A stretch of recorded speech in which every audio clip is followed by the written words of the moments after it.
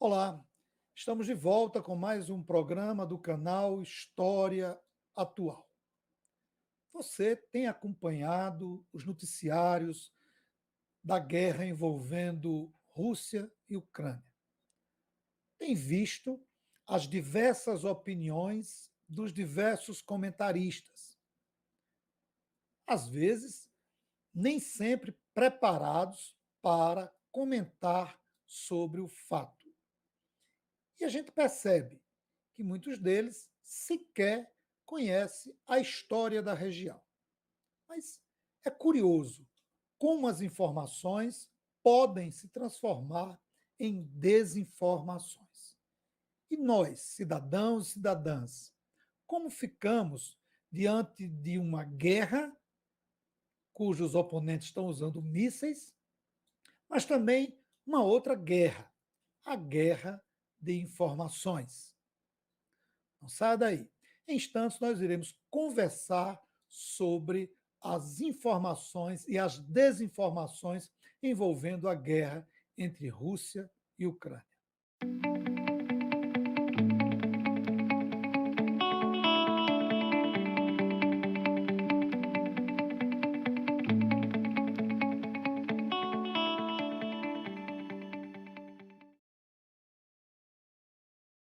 No programa de hoje, nós iremos conversar com a professora Verusca Sayonara de Góes sobre a guerra envolvendo Ucrânia e Rússia, mais especificamente em torno da guerra de informações entre os grandes canais de TV, jornais, revistas, redes sociais, canais de YouTube e outras formas de divulgação.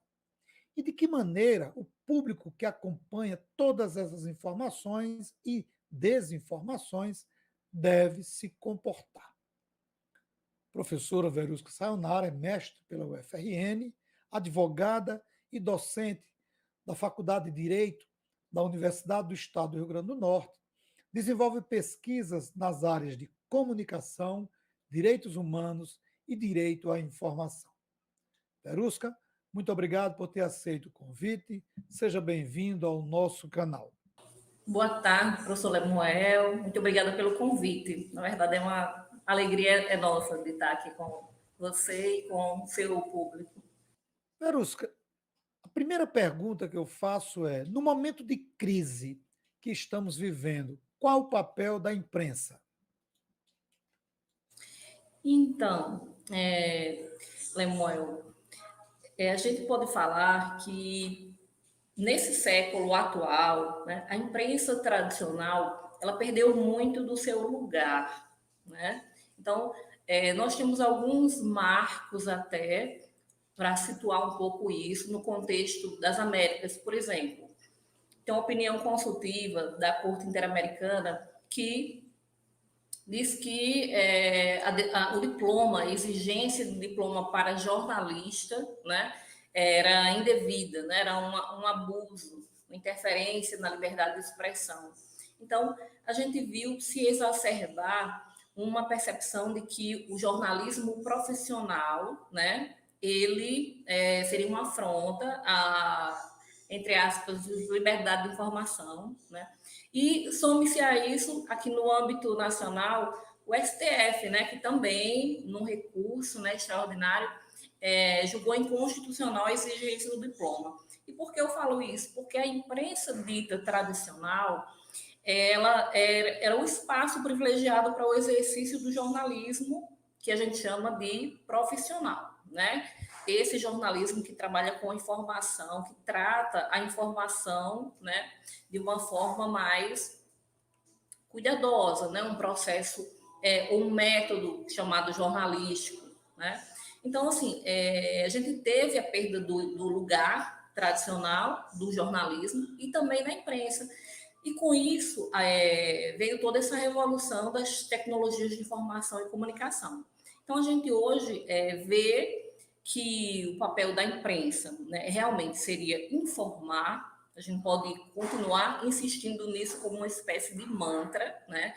Mas isso muito mais num plano ideal, né? Por quê? Porque na prática esse chamado jornalismo cidadão, que é também chamado jornalismo de fontes, nessa perspectiva de que cada pessoa pode ter o seu canal, cada pessoa pode fabricar ou produzir jornalismo de forma independente, acaba não favorecendo, entre aspas, uma informação correta, né? Então, é possível falar de uma informação correta?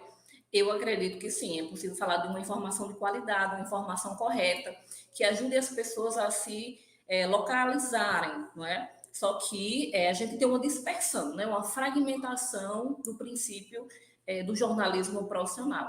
Então, com isso, eu diria que esse papel não consegue ser levado, realmente assim, não consegue ser realizado pelos diversos meios que a gente tem. Então, a gente tem muito mais cacofonia, vamos dizer assim, a gente tem uma expressão muito maior de vozes, né? Mas eu não acredito que isso está atendendo a nossa necessidade de informação qualificada, se eu puder falar assim. Então, o papel da imprensa seria ajudar a informar, né? Mas a gente precisa fazer uma separação, um corte, né? Entre produção profissional da informação e uma produção intuitiva da informação. Então, realmente eu acredito que a gente pode dizer que o papel da imprensa continua sendo o de informar, mas com uma perda enorme real, né? Então, nós temos muitas pessoas falando, muitas vozes, né? Se isso é positivo no aspecto do pluralismo, por outro lado, a gente tem uma perda real de confiabilidade, né? De confiança nessas narrativas tão diferentes, assim por dizer. Verusca, fake news, desinformação e infodemia. Qual a diferença? Então, Lemuel, esse termo fake news, né, ele é bastante usado atualmente de uma forma, vamos dizer assim, muito ampla, muito elástica, né? Para a gente ter uma ideia, né, o próprio Putin agora, né, o próprio Putin não, né, o parlamento russo, né, cria uma lei, né, em torno dessas fake news, né, no sentido de punir pessoas, né, de criminalizar as fake news. Só que essas fake news, no contexto específico que a gente está falando, seriam notícias, vamos dizer assim, desagradáveis, notícias que, de alguma forma, vão contra a narrativa oficial russa, né? Sobre a questão da guerra. Então, hoje em dia, praticamente se tornou comum você usar o termo fake news para dizer que a notícia ou que a narrativa em questão é algo com que você não concorda ou do qual não se gosta, né? Então, contra mim é fake news, né? Então, assim, tem esse aspecto, né? A expressão, ela dá uma ideia, né? Uma tradução literal de que seria uma notícia falsa, né? Só que a gente, em jornalismo, não, vamos dizer assim, não compactua, né, com essa definição, com essa tradução literal, né? Então, de fato, a gente precisa pensar fake news, né, como um fenômeno técnico, um fenômeno do nosso tempo, né, e que tem a ver com a geração de informação a partir, né, de um mecanismo, né, de combinação máquina e pessoas, né, para, em cima de microperfilamento, né, de big data, você conseguir produzir realmente informações inverídicas, né? E essas informações, elas não são necessariamente jornalísticas. Então, assim, não são necessariamente de cunho jornalístico, tá certo? Então, assim, você vai ter, né, essa definição. Tem uma proposição da Unesco que já trata essa ideia, né? Ela também recusa, nesse informe, né, da Unesco, se recusa, né, a uso, se desencoraja a usar o termo fake news, né? E se trata, né, muito mais a perspectiva de desinformação, né? Sim, e hoje também no Brasil há uma tendência, né, a se desencorajar no âmbito científico o termo fake news e usar muito mais o termo desinformação, né? Só que, assim, eu penso que o termo fake news, ele tem um valor, né? Eu acho que ele tem um valor pedagógico, né? Então, talvez não seja o caso de jogar isso fora, né? Mas realmente de tentar alocar esse conceito em um campo de conhecimento, né? Que eu diria que está na ciência política. Então, realmente, a produção por interação humana com máquina, né? Para uma difusão enorme, realmente, de desinformação. Particularmente, assim, eu acredito que a gente poderia fazer um uso desse conceito dessa forma. Ucrânia, Rússia. Podemos afirmar que estamos diante de duas guerras, a de mísseis, a que sangra, e a de narrativas? Então, com certeza, Lemuel. Já era aventada nessa possibilidade, né? Pessoas que faziam esses desenhos, né, de cenários, né, já falavam nisso. Como seria uma guerra nos tempos, né, de internet, né, nos tempos de redes sociais? E aí tem se usado muito o termo guerra híbrida, né? Então, nós temos uma guerra híbrida nos cenários, né? Vamos dizer, do cenário da guerra física, né? Que é um cenário de mísseis, é um cenário de confronto, né? Físico, de fato. E nós temos uma outra guerra, tanto de narrativas, né? Que diz respeito a essa disputa acerca dos fatos, né? E também dentro dessa guerra cibernética ou guerra virtual, vamos dizer assim, né? Nós temos os ataques virtuais também, né? Então, a Rússia, ela tem uma expertise, vamos dizer assim, né? Em hackerismo. E a Ucrânia tem estado aí sob um forte ataque, né? Dos hackers russos. Então, esse ataque aí também tenta inviabilizar os pontos estratégicos, né, de difusão de informação da Ucrânia, né? Então, os sites governamentais têm estado constantemente sob ataque, né, de negação de serviço informático, e por aí vai. A ideia é que você precisa travar essa guerra, né, em mundos paralelos, vamos dizer assim, né, em espaços paralelos. Então, tem uma guerra com certeza virtual e ela envolve a disputa da narrativa e envolve também silenciar, né, a Ucrânia, assim por dizer, no campo da internet.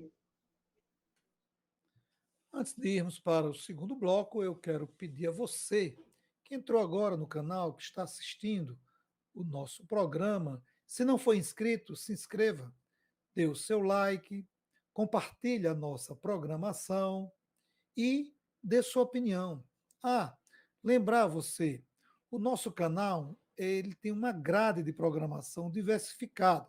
Além desse programa de entrevistas, o História Atual, nós temos também a coluna dominical Minha Opinião e, quinzenalmente, o programa Resenha do Cangaço. A sua participação é fundamental. Hoje, nós estamos conversando com a professora Verusca Sayonara de Góes, professora do curso de Direito da Universidade do Estado do Rio Grande do Norte, sobre a guerra envolvendo Ucrânia e Rússia, mais precisamente sobre as informações, sobre as narrativas em torno dessa guerra. No nosso segundo bloco, nós iremos conversar um pouco sobre TV, jornais, blogs, canais. Verusca, a quem o leitor, o telespectador, o internauta pode recorrer para melhor se informar sobre a guerra? Então, Lemuel, esse aspecto passa por uma possibilidade de educação ou letramento midiático, né? Então, eu acredito que seja realmente necessário que nós reaprendamos, né, a ler notícias. Eu sugiro fortemente, né, que a gente faça uma certa dieta, entre aspas, né, de veículos, né? Então, não acredito que seja possível se informar por um único veículo, né? Então, acredito que o recurso, né, a mídia tradicional é importante, né? e que também você cheque no sentido de confrontar essas versões, não é, em outros sites. Então, realmente dá trabalho, né? Mas é muito importante que se tenha um exercício de visitar jornais, né? Por mais que a gente possa discordar ideologicamente da posição desses jornais, né? Então, você tem uma mídia tradicional, né? Com os equívocos e tendências, né, de sua posição, muitas vezes. Você tem o Estadão, o Globo, particularmente assim, minha própria, vamos dizer assim, dieta, né, passa por isso, né, por essa imprensa tradicional. A Folha, o Estadão, o Globo, e também por veículos que se dizem mais, vamos dizer assim, alternativos ou uma mídia mais posicionada de forma franca, né? Como o Intercept, Mídia Ninja. Então, acho muito importante realmente ter esse cuidado, né, de visitar diferentes veículos e ler mesmo, né? Agora, sim, o que a gente tem hoje também é uma dificuldade muito grande de ler notícias, porque tem diversas pesquisas que, inclusive do Comitê Gestor da Internet, né, que é um órgão muito sério no Brasil, que dão conta que a maioria das pessoas se informa pelo WhatsApp, né, ou pelo Facebook. Então, assim, eu diria que isso é muito complicado, né? E que nós estamos, assim, perdendo a guerra da informação, de uma forma geral.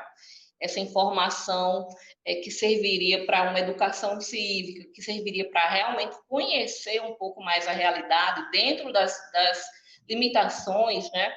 Essa guerra está sendo, com certeza, perdida.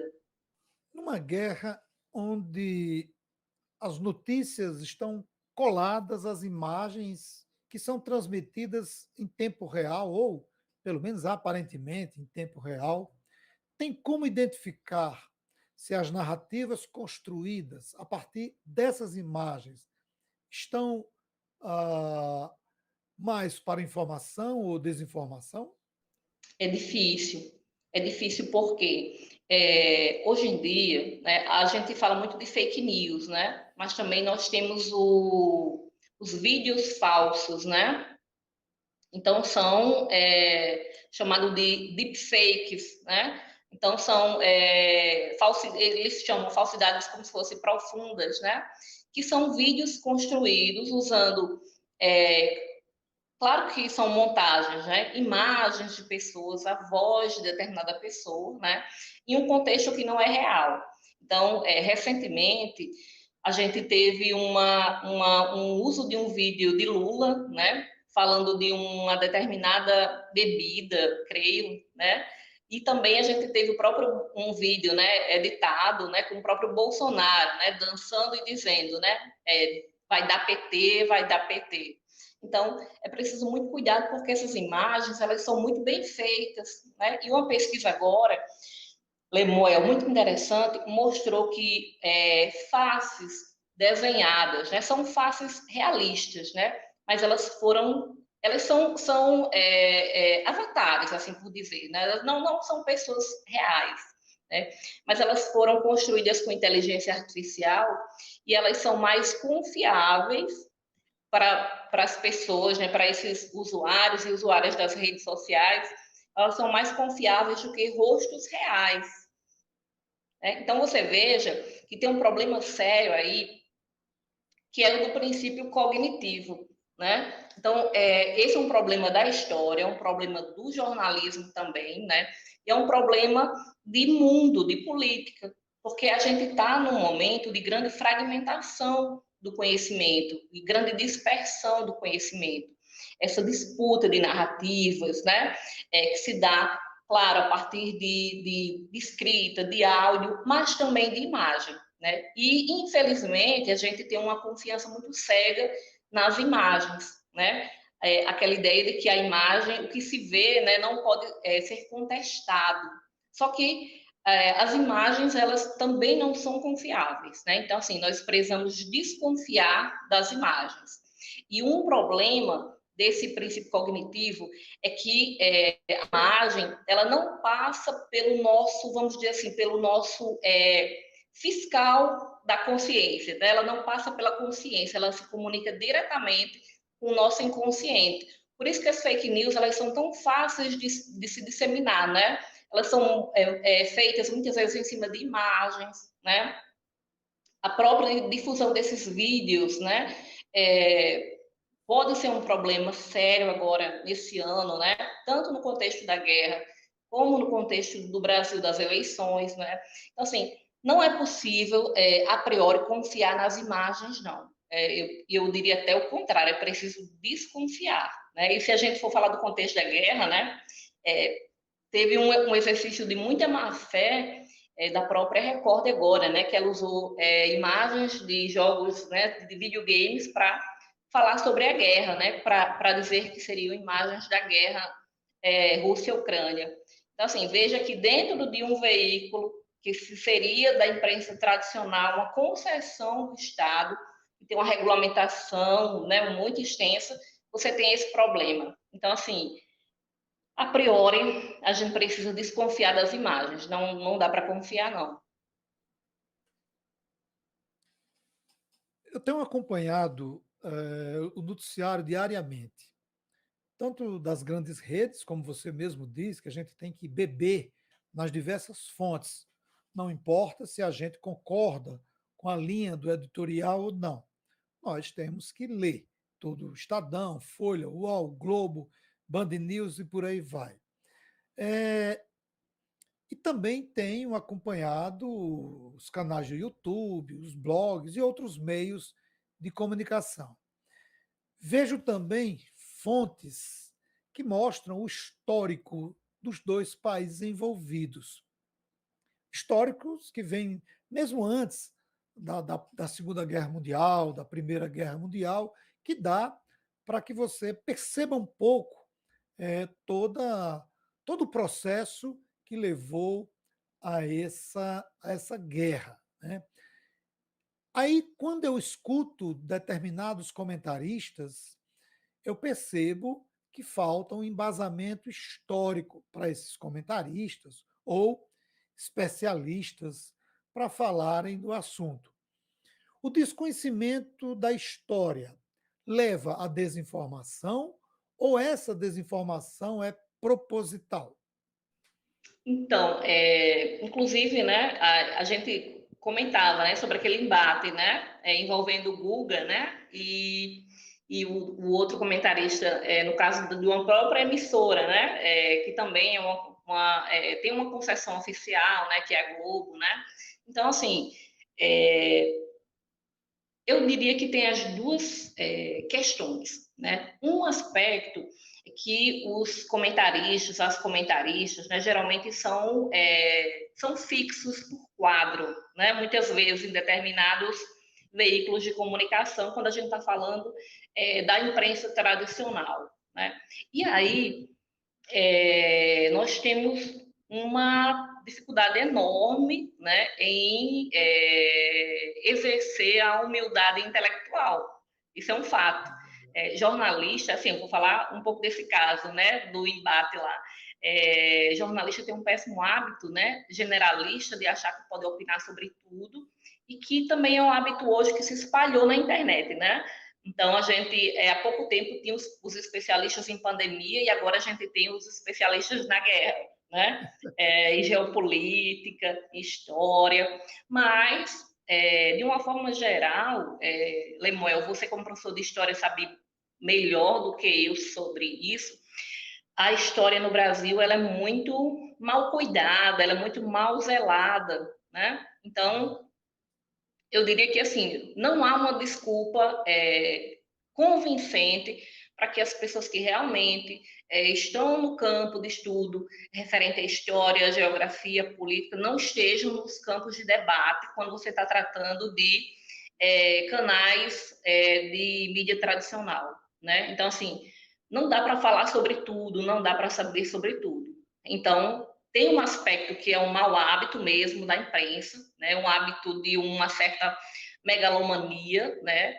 De querer falar sobre tudo, né? Por outro lado, né? Você vai ter, dentro dessa dispersão de canais, as tendências, né? E aí você vai ter as posições que são de má fé mesmo, né?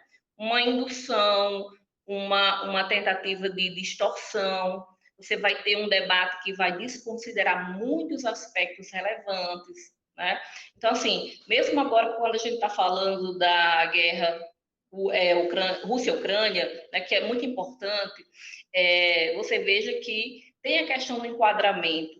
Quantas guerras não estão sendo cobertas, né? Guerras civis, guerras militares, né? O continente africano, do Oriente Médio, né? A constante ofensiva de Israel à Palestina. Então, qual revolução, qual guerra, né? Vai ser televisionada ou vai ser coberta, né? Então, isso também aí já nos diz um pouco sobre o eurocentrismo, né? Então, sobre as vozes que conseguem ser ouvidas, né? E as que não conseguem, né? Então, assim, eu acho que essa questão também fala um pouquinho desse princípio do conhecimento, né? E das vozes que conseguem ser ouvidas, né? Então, assim, a gente vai ter uma perda real de debate, porque as pessoas que poderiam dar uma contribuição não são chamadas, quando se fala de mídia tradicional, né? E a gente vai ter um exercício, às vezes, até de má fé, né? Porque é um exercício, vamos dizer assim, eu vou colocar nesses termos, entre aspas, do meu direito de ter a minha tendência, né? Então, eu sou ou pró-Rússia ou pró-Ucrânia, contra quaisquer fatos que aconteçam e que sejam contra a minha opinião ou a minha posição, assim por dizer. Então, assim, você vai ter um exercício de desinformação que é acidental e você vai ter também uma boa parcela de exercício de desinformação que é intencional. Vamos para o nosso terceiro bloco e agora nós vamos conversar um pouco sobre a mídia brasileira e a guerra na Ucrânia. E você já entrou um pouquinho aí na pergunta que eu vou fazer agora. Tem repercutido muito nas redes sociais esse bate-boca entre os comentaristas da Globo News, o Guga Chakra e o Carlos Sardenberg. Está lá, está em vários sites, na Folha, o UOL e outros canais que a gente assiste no YouTube e vê na imprensa como toda. O Guga, ele fez um comentário que eu vou até aqui ler para você e para quem está nos acompanhando. O comentário dele foi o seguinte, abre aspas, por mais que o ideal seria que a Ucrânia pudesse ser da União Europeia e OTAN e ser uma democracia liberal, o que não é, ela vai provocar a Rússia. E aí a gente vê o resultado. Fecha aspas. Esse foi o comentário do Guga no programa da Globo News. O Carlos Sardenberg rebateu. Quem está errado nessa história? É a Rússia. Quem está errado é a Rússia. O que o Ocidente quer e está fazendo é impedir que a Rússia invada os outros, como Finlândia, Geórgia e Moldávia. Fecha aspas. Aí foi um embate. Claro que ocorreram outros argumentos, eles ficaram batendo boca e tal. Comentaristas de um mesmo grupo, usando argumentos diferentes. Qual desses argumentos você acha que tem mais força sobre o telespectador? Isso, assim, realmente, qual teria mais força, né? É difícil, né? Imaginar, né? Assim, pelo que tenho visto das redes sociais, me parece que há uma certa tendência mais favorável à defesa da Ucrânia, né? Mas, assim, é preciso pensar, né, Lemuel, sobre os desdobramentos desse novo século, né? Então, assim, particularmente, eu acredito que nós, a gente que trabalha com docência, com conhecimento, que a gente está num momento, assim, bastante cifrado, né? Que é o de tentar, vamos dizer assim, puxar os fios da história, né? Antes que ela se torne passado. Então, a gente fala muito isso em jornalismo, né? Que o jornalismo é um rascunho, né? Feito no presente, da história, né? Só que realmente essa história a gente só consegue ver ou pensar, se a gente quiser usar essa questão da fragmentação do conhecimento, né? Olhando para trás, né? Então, olhando em retrospectiva, né? Então, assim, o que falar dessa história do presente do século atual? Me parece que a gente está num momento não só de mudança de século, porque tem muitas pessoas e a própria, assim, tem historiadoras muito importantes, né? Como Lilian Schwartz, né? Tem falado, né? Quando acaba esse século. Mas me parece que a gente está numa mudança de eras, né? Então, me parece que da mesma forma que a escrita, né? Que tecnologias do pensamento no passado tiveram esse poder de demarcar eras históricas, eu acredito que a gente está em um momento de ruptura de eras, né? Então, se a gente for falar que essa era moderna, né, ela se desenhou com a fragmentação da Idade Média, né, e com aquelas forças ali, é importante também notar que a cristalização, né, dessa idade ou era moderna, né, se deu a partir de fatos próprios da Idade Média, né? E um importante fato que eu sempre acho muito subestimado é a questão da Revolução Protestante, né? Então você teve a Reforma Protestante, né? E a partir dali o direito de ler, porque embora a escrita ela já demarcasse uma era no passado, né? Para a história, também a Reforma Protestante ela vai reivindicar esse direito de cada pessoa ler a sua Bíblia e interpretar, né? Então, a partir daí, você já tem uma grande fragmentação da Igreja Católica, que era, vamos dizer assim, a grande curadora do pensamento no Ocidente, né? Então, com essa fragmentação, a gente passa a ter escolas dominicais ao lado dessas igrejas protestantes, né? E veja que eu diria que essa educação do nosso olhar na leitura, esse disciplinar do cérebro, né? Ele foi muito importante para que a gente conseguisse realmente, vamos dizer assim, juntar os pedaços dos fragmentos da Idade Média e configurar essa chamada Idade Moderna, né? Então, quando a gente chega a essa Idade Moderna, a gente tem a ascensão do Estado como um grande ator. O Estado é um grande ator, né, na Idade Moderna. A ideia da ciência, a ideia de que deverá haver um antropocentrismo em vez de um teocentrismo. Então, passa a pessoa humana. A gente diz homem porque é a linguagem clássica, né, da história. O homem ou a pessoa humana no centro, né? Então, em vez de Deus no centro, como era antes com a Igreja Católica, né? Ou pelo menos a evocação de Deus, né? Mesmo que fosse para fins muito terrenos, mundanos, né? Práticos, assim por dizer.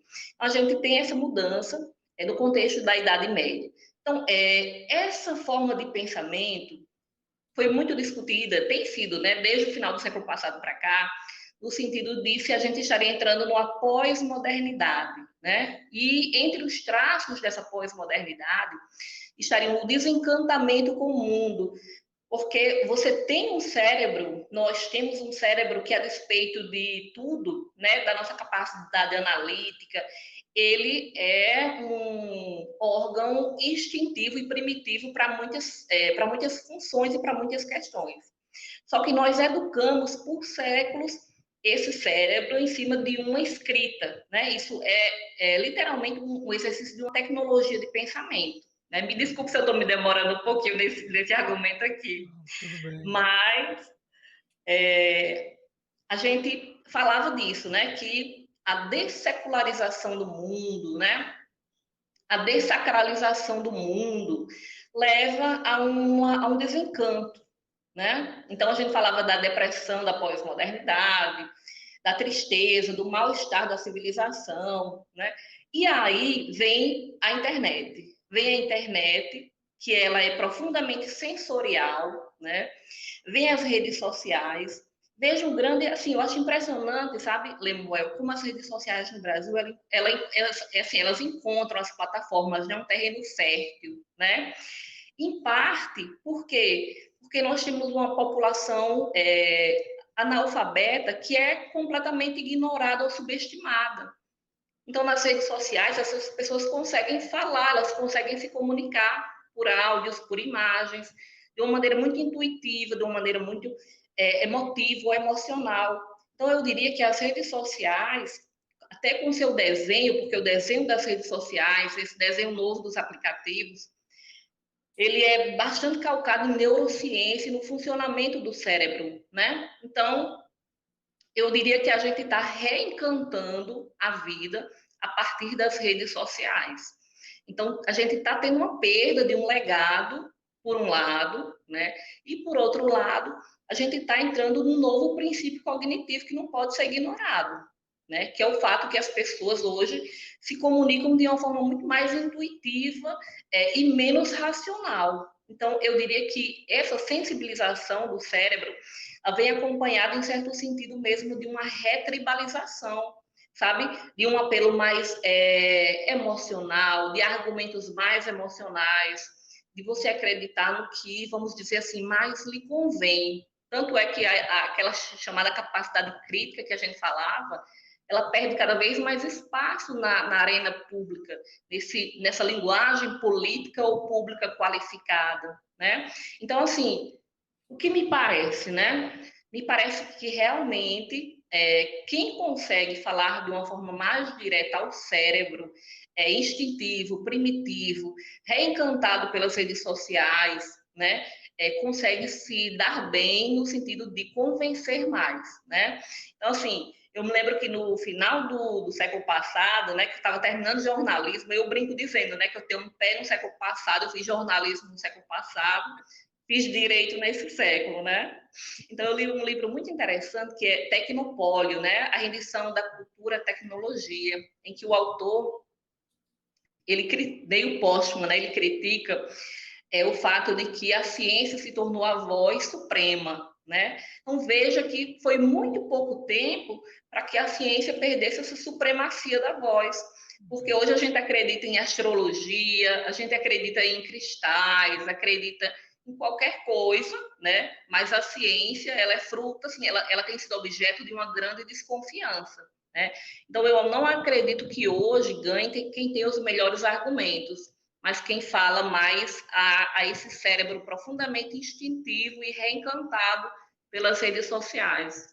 Eu acho que no caso das redes sociais, nesse momento, seria a Ucrânia, vamos dizer assim. Acho que está ganhando a guerra da comunicação. Tem gente até que acredita que a Terra é plana, né?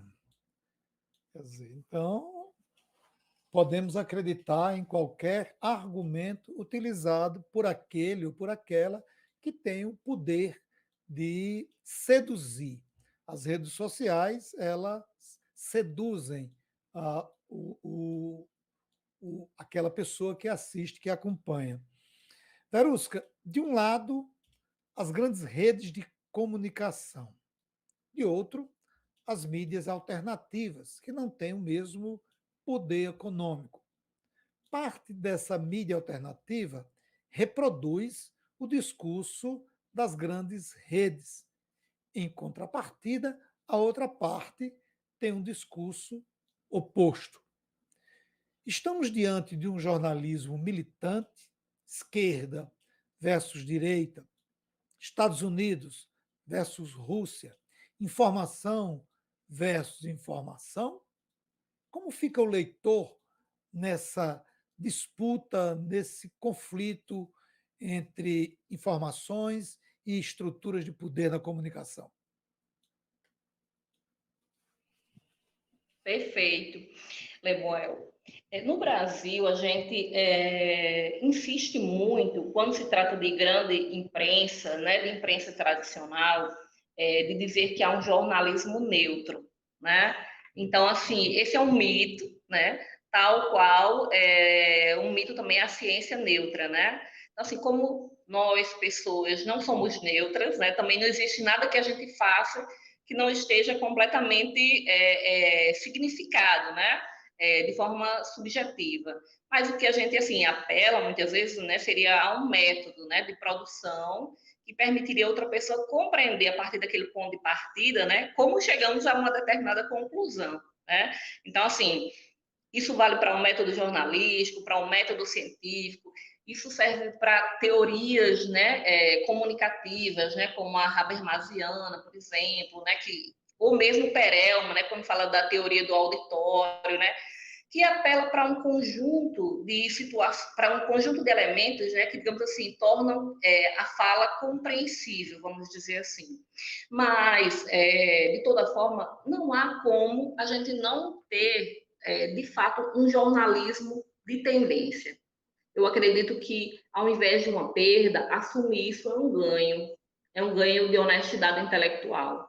Né? Então, você fala qual o seu ponto de partida, você esclarece, se você esclarece, né, claro, tendo dito isso, né, qual o seu lugar de fala, né? Então, assim, é preciso pensar isso, primeiro, que de fato o jornalismo, ele sempre é dito de um determinado lugar, né? Então, se a gente fala hoje, tem gente que critica, né, atualmente o chamado identitarismo negro, né? Mas critica porque ignora o fato de que sempre nós falamos de um ponto identitarista branco, assim por dizer. Sempre foi a narrativa branca, né, a hegemônica, podemos dizer isso. Então, de fato, eu acho que assim, tem um ganho em pluralidade, mas dentro mesmo desse chamado jornalismo militante, né, nós vemos muita má fé, né? Assumindo que há uma posição, eu acredito que você ajuda as pessoas a compreender o seu lugar de fala, mas o que talvez me incomode, sabe, atualmente, Lemuel, é que assim a gente precisa repensar esses enquadramentos, assumir com tranquilidade que nós estamos falando de um ponto de vista, né, da vista de um determinado lugar, né, de lugar de fala, né, e da fala de lugares, mas ao mesmo tempo também pensar se essas categorias, né, direita e esquerda, ainda são úteis hoje, né, porque assim o uso que, por exemplo, a direita radical faz, né, do chamado comunismo, né, ou da esquerda, né? Então foi feita toda uma retórica disso. Vamos falar no atual contexto brasileiro, né? Foi feito todo vamos dizer, foi feito todo um imaginário, foi feita toda uma política narrativa, né, em cima da esquerda, dos comunistas, né, dos ideólogos e por aí vai. E agora, né, o Brasil, que é um país que está no espectro atualmente, né, do poder ou do estabelecido, né, lá de extrema direita, se alia ao bloco comunista, que é teoricamente de esquerda, né, que é Rússia, China, Venezuela. Então, assim, para onde vai a ideologia? Então, assim, me parece que nós estamos em uma guerra de eufemismos nesse sentido, sabe? Eu acredito que esses enquadramentos, eles não têm mais utilidade para nós que eu digo assim, para mim e para você, Lemuel, para a comunidade de pesquisadores e pesquisadoras, para as pessoas que estão tentando compreender o que há de fato, né? Porque eu ainda acredito que, para além das versões, também há fatos, né? Então, eu acredito que, para nós, esses enquadramentos aí não servem mais, porque você vê que são todos enquadramentos de ocasião, de circunstâncias, né? São enquadramentos que levam às últimas consequências à ideia de que em política, né, não há nenhuma fidelidade, né? É tudo circunstância e alianças de ocasião ou de oportunidade, né? Mas assim, eu não sei se eu cheguei a responder o que você disse. Não, Você tranquilo, perguntou. tranquilo.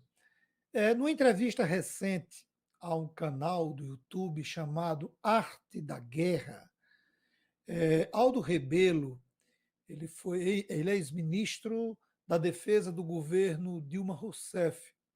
Ele afirmou que o jornalismo deixou de ser uma atividade voltada para informar, virou um jornalismo de causa, uma hora é o meio ambiente, pouco importa os fatos, importa a causa. Outra hora, a causa é a condenação da Rússia e do Putin.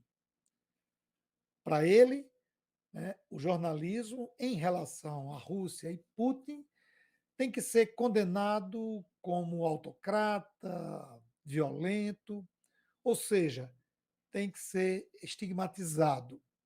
É um cancelamento via mídia, um cancelamento coletivo de um país e de um chefe de Estado. E essa foi a fala do Aldo Rebelo nessa entrevista que ele deu ao canal Arte da Guerra. Como você analisa o posicionamento do Aldo Rebelo diante da situação em que vive o mundo? Realmente a imprensa ela está construindo uma narrativa em torno da Rússia equivocada? Como você vê essa posição do ex-ministro Aldo Rebelo? Então, nós, com essa questão, Lemuel, nós voltamos, né, àquela ideia, né, de um princípio cognitivo, né? Então, nós tínhamos antes, né, narrativas hegemônicas que não tinham espaço de contestação, né?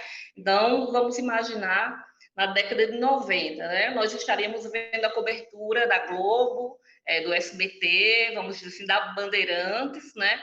E das revistas e jornais desses grupos tradicionais, principalmente situados ali em São Paulo, né, que é a mídia que tem sobrevivido, né, a mídia impressa, né, que tem sobrevivido, está o Estadão, a Folha, né, e do Rio o Globo, né. Então nós teríamos esses veículos que se diriam neutros, né. E agora a gente tem canais no YouTube, canais no Instagram, a gente tem diversas formas no Facebook, né, diversas formas de expressão, né, de pontos de vista. E é muito engraçado quando uma pessoa como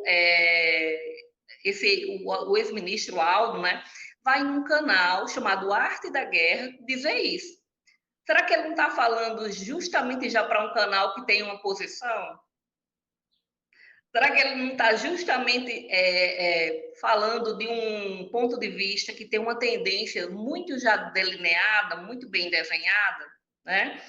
Eu me lembro um pouco uma história que teria acontecido, né, com Jean-Paul Sartre, né? Eu não sei até que ponto é verdade, mas se diz que um aluno foi até ele perguntar se deveria ir para a guerra, né? Aí Jean-Paul Sartre disse: Você sabe qual é a minha posição sobre a guerra, então, se você veio me perguntar, você quer ouvir uma determinada posição. Né? Então, assim, pessoas como Aldo, né, elas evocam um pouco o Bolsonaro, quando no começo da gestão dele, ele disse que não ia falar com a imprensa tradicional, porque agora ele podia falar diretamente com o povo. Quando essa fala direta dele é intermediada por grandes grupos de tecnologia, como Facebook, como Instagram, como YouTuber. E aí, quando ele começa a ser moderado quanto ao conteúdo, ele diz que é censurado, né? E ele começa a tentar criar aplicativos, né, dele próprio, grupos no Telegram dele próprio, né, entre aspas, só que ainda assim tem uma mediação tecnológica, né? Então, eu diria que há uma posição, de fato, me parece que uma tendência pró-Ucrânia, e no sentido de impor sanções tanto econômicas, né, de apoiar sanções como de impor, vamos dizer assim, críticas públicas, né, um constrangimento moral nas redes sociais, né? Mas, assim, não me parece, vamos dizer assim, que seja diferente de outro tipo de ativismo ou de militância, né? Então, hoje em dia, aquela velha discussão. Quando eu falo a democracia, né? Quando o outro fala autoritarismo, né?